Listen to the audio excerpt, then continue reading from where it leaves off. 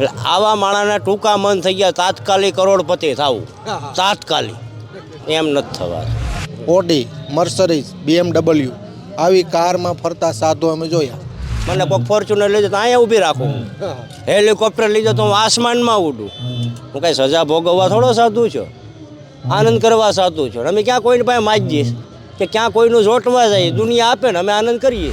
બાપુ જદી હલવાય તેથી કોઈ આવતું નથી, એટલે શસ્ત્ર સાથે હોવા જોઈએ. અને જીગર તો પોતાની હોય, ભાડે તો મળતી નથી ક્યાં. એ હમણાં જ મેં એક વિડીયો જોયો છે ને, જીવવું નીતા અંબાણી જેવું, ધંધો કાંઈ કરવો નથી, તો એમ તો કેમ જીવાય? અમે બાવા છે તો આશ્રમમાં હાવણા મારીએ. પહેલી વાત તો એ કે જેની બેન દીકરી અવળે રસ્તે હાલે ને એને પહેલાં તો ભાઈઓમાં બાપમાં તેવડ હોવી જોઈએ, ગોળી તૈયાર રાખવી જોઈએ, બસ.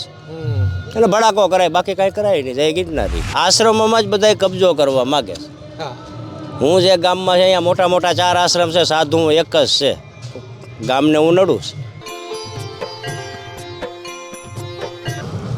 દેવગીરી બાપુ આપણી સાથે છે. બાપુ ખૂબ ખૂબ સ્વાગત છે. પ્રથમ તો આ એક પ્રશ્ન થાય, આ તલવાર સાથે રાખવાનું કારણ શું? આમ તો સાથે જ રાખો તો મજા આવે. પહેલી વાત તો એ કે આત્મરક્ષા, ધર્મરક્ષા અને રાષ્ટ્ર રક્ષા માટે ગવર્મેન્ટે અમને છૂટ આપેલી જ છે. એટલે હું તો બધાએ સાધુને સંદેશો દેવા માગું કે તમામ શસ્ત્રધારી સાધુ હોવો જોઈએ. બાકી સાધુની પાસે કોઈ આવે એમ છે નહીં. બીજાને તકલીફ થાય તો આશ્રમે જઈને બાપુને કહે બાપુ અમારું કાંઈક કરો. બાપુ જદી હલવાય તેથી કોઈ આવતું નથી, એટલે શસ્ત્ર સાથે હોવા જોઈએ. અને જીગર તો પોતાની હોય, ભાડે તો મળતી નથી ક્યાં. એટલા માટે હું રાખું. પહેલાં પોતાની રક્ષા તો કરી શકવા જોઈએ ને. બાપુ કેટલા દિવસથી આવી ગયા? મારે કમસે કમ 7-8 દી થઈ ગયા. તો બહુ પહેલા. હા, આ ઈટવાનો ઉતારો છે કિશનગીરી મહારાજ જોગણેશ્વર મહાદેવવાળા, એ મારી પહેલાં આવી ગયા. એ આવતા હોય તો અન્નક્ષેત્ર ચાલુ કરે ત્યારે અહીંયા શું છે, આસપાસમાં કોઈ જમણવારની વ્યવસ્થા હોતી નથી. ને બાપુ દર વર્ષે 2.5 લાખ રૂપિયા અહીંયા વાપરીને જાય છે. અમારે બેને બચપણની મિત્રતા છે ને અહીંયા સામે જ છે અમે. બાપુ તમારી આમ જગ્યા કઈ જગ્યા ઉપર આશ્રમ છે? મારો આશ્રમ છે સ્વામીના ગઢડા તાલુકાનું હડતાળા ગામ, બોટાદ જિલ્લાનું. બરોબર છે. આશ્રમનું નામ છે જાગૃત ખોડિયાર સેવા આશ્રમ, પીપળ રોડ, હડતાળા, તાલુકો ગઢડા, સ્વામીના જિલ્લો બોટાદ. હવે રાષ્ટ્રની વાત કરતા બાપુ, રાષ્ટ્રવાદના મુદ્દા ઉપર મેન, કારણ કે અત્યારે ભારતને આ ક્ષેત્રમાં યુવાનોને જાગૃતિ જરૂરી. આપણે એમ કહીએ છીએ કે 1947માં આપણો દેશ આઝાદ થયો. શું ખરેખર આઝાદ છે? જો પહેલી વાત તો એ કે હિન્દુસ્તાન જે છે ને, હિન્દુસ્તાન એ જ કાગળિયા ઉપર છે, હિન્દુસ્તાન છે જ નહીં. બરાબર. રહી વાત આઝાદીની, તો કોઈને કોઈ જાતની આઝાદી નથી. કારણ કે હું મારા અનુભવથી હું કહું, મારા આશ્રમમાં લીંબુના ને એવા ઝાડવા છે. તો સેવકો ત્યાંના ગામવાળાઓ તેમ કે બાપુ આ ઝાડવાને પાણી પાતા હોય તો, જો મને આઝાદી હોય તો મારા એ લીંબુ કોઈ અડવા ન જોઈએ. અને કાંઈ એના ખેતરમાં કપા થાય એમાં અમારો ભાગ હોવો જોઈએ. આશ્રમમાં ઝાડવાનું ધ્યાન રાખવાનું સાધુને, ઝાડવા પાવાના સાધુને, ફળ ખાવાના ગામવાળાઓને. આ તો એક સાધુ માથે જુલમ જ છે. હા, હવે આપણે ખરેખર સ્વતંત્ર છે દરેક પબ્લિક, બધાય આમાં સ્વતંત્ર જ છે. આમાં અટાણ બધાને સ્વતંત્ર જીવવું છે. કોઈને પહેલી વાત તો એ હેઠું હાલવું નથી, કોઈને દાબમાં રહેવું નથી. અમે તો જો કે ગામના વડીલ હામાં આવતા હતા તો બીડી હાથમાંથી પડી જતી હતી, તો એ મર્યાદા હવે ગઈ નથી, કાઢી. સમજી ગયા? આ વિદેશી બધા આક્રમણ છે દેશ ઉપર. આજે બેન દીકરી, હમણાં જ મેં એક વિડીયો જોયો છે ને, જીવવું નીતા અંબાણી જેવું, ધંધો કાંઈ કરવો નથી, તો એમ તો કેમ જીવાય? અમે બાવા છે તો આશ્રમમાં હાવણા મારીએ. અમારા પૂરતી તો ભગવાન આપે જ છે અમને. એટલે આવા માણસના ટૂંકા મન થઈ ગયા તાત્કાલિક કરોડપતિ થવું, તાત્કાલિક એમ નથી થવા. બાપુ શું લાગે અત્યારે દુનિયાનું? ખરેખર ભગવાનમાં માને છે, સંત દર્શન કરવા આવે છે, ભગવાનને પગે લાગવા જાય છે, એ સેલ્ફી લેવા, ફોટા પાડવાનો યોગ આવ્યો છે? સેલ્ફી લેવા, ફોટા પાડવાને જોવા જ આવે છે. આમાં દર્શનનો લાભ 1% હોય તો દર્શનની અરત ગણતરીથી આવે ને, એવા 1% ન નીકળે નહીં, જોવા આવે એ ફાઇનલ.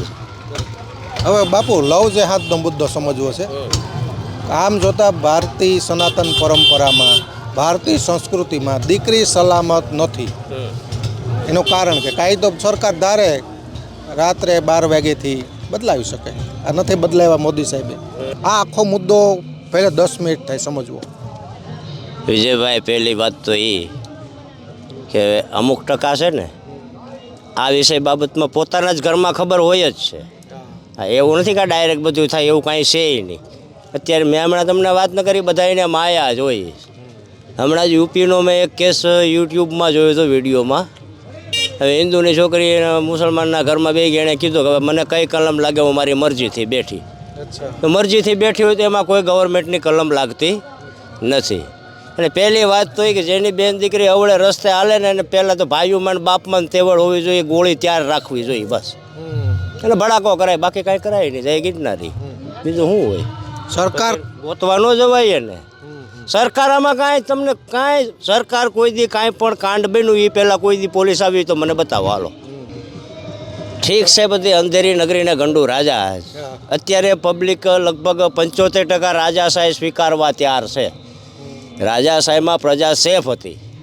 આ તો વચલો પીરિયડ એવો ખરાબ આવી ગયો કે રાજાઓના માણસોએ થોડુંક બગાડી નાખ્યું.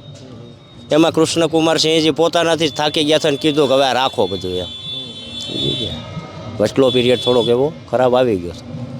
બાપુ પ્રશ્ન એ થાય, યુવાનોની બાબત હોય, સુરક્ષાની બાબત હોય, સાધુ સંતોની બાબત. સાધુ સંતોમાં જો બે પક્ષે કોમેન્ટ એક જોતા એમ થાય કે સાધુ સંતોનો આનંદ છે. શું કામે? જે સંસારીઓ પાસે નથી એ સાધુ સંતો પાસે છે. અત્યારે ઓડી, મર્સરીઝ, BMW આવી કારમાં ફરતા સાધુ અમે જોયા, મોટા VIP બંગલા. સંસારીઓ પાસે નથી અમુક વસ્તુ. અને એક બાજુ બીજી બાજુ બધા સંતો પણ આવા નથી. અનેક સંતો છે તો સંતોની સુરક્ષા નથી. આ સંસારીઓ સંતોને હેરાન કરે. એટલી સુવિધા શું કરવી? સંતોના આશ્રમ ઉપર હુમલા કરે, સંતોને હેરાન કરે. આવો પણ એક વિસ્તાર છે. અને સંતો આનંદ પણ કરે છે. એટલે આ બે મુદ્દા આમ એક સ્ટેપ બાય સ્ટેપ સમજવા. હવે એમાં તો એવું છે, આજથી નહીં આદિકાળથી આવેલું આવે આ બધું. સાધુને કોઈ દી કોઈએ સપોર્ટ નથી દીધો. સાધુએ બલિદાનના દેશ માટે જ્યારે ત્યારે આપેલા છે. રાજસ્થાનનું નાગોર નાગા બાવાએ બચાવેલું છે. મહારાષ્ટ્રનું નાગપુર નાગા સાધુ, એમાં હજારો સાધુ કપાઈ ગયા. પણ આમાં પ્રોબ્લેમ એવી થાય છે, વિકાસ થાય ને પછી આ બધું થાય. બાકી આ ઝૂંપડી બાંધીને બેઠો ત્યાં સુધી કોઈ ચાનું પૂછવા નથી આવતું.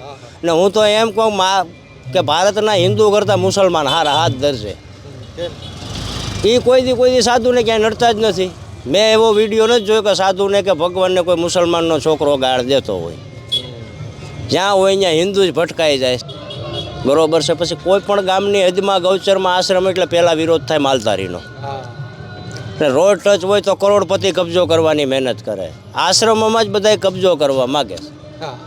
હું જે ગામમાં છે અહીંયા મોટા મોટા 4 આશ્રમ છે, સાધુ એક જ છે.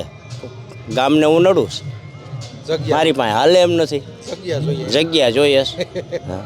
વહીવટ કરીએ બાપુ અમે. ઘરમાં છોકરા વાંટા રખડે 40 વર્ષના, એના વહીવટ નથી કરી શકતા. અમારા વહીવટ કરવા આવવા ભાગો બસ. એટલે આમાં કોઈને સાથ, હવે સાધુ પબ્લિકના સાથ લગભગ નહીં દે. હવે નહીં દે. કારણ કે હું અવારનવાર વિડીયો વાયરલ કરતો જ રહે. હું આ પબ્લિક આરે લેવા દેવા છે? કોણ પબ્લિક સાથ દઈશ? મારી પાસે વિજયભાઈ સર્વે છે, જાફરાબાદથી લઈને ધાંગધ્રા સુધી જેટલા સાધુના મર્ડર થયા એ બધા હિન્દુઓએ કરેલા છે. મુસલમાન એમાં એકે ઇન્વોલ્વ નથી ક્યાંય. સાધુ માથે અત્યાચાર કેમ? હલવાય તે એમ કે સાધુ મોર હાલે તો સારું. અમે જ્યારે મોર હાલ્યા ત્યારે મરાણા. કરપાત્રી જે મહારાજ 1973નો કિસ્સો મોબાઈલમાં આવે, જોજો તમે. 4,500 સાધુને ઇન્દિરા ગાંધીએ મરવી નાખ્યા હતા ગોળીબાર કરીને. ત્યારે હિન્દુઓ ક્યાં ગયા હતા?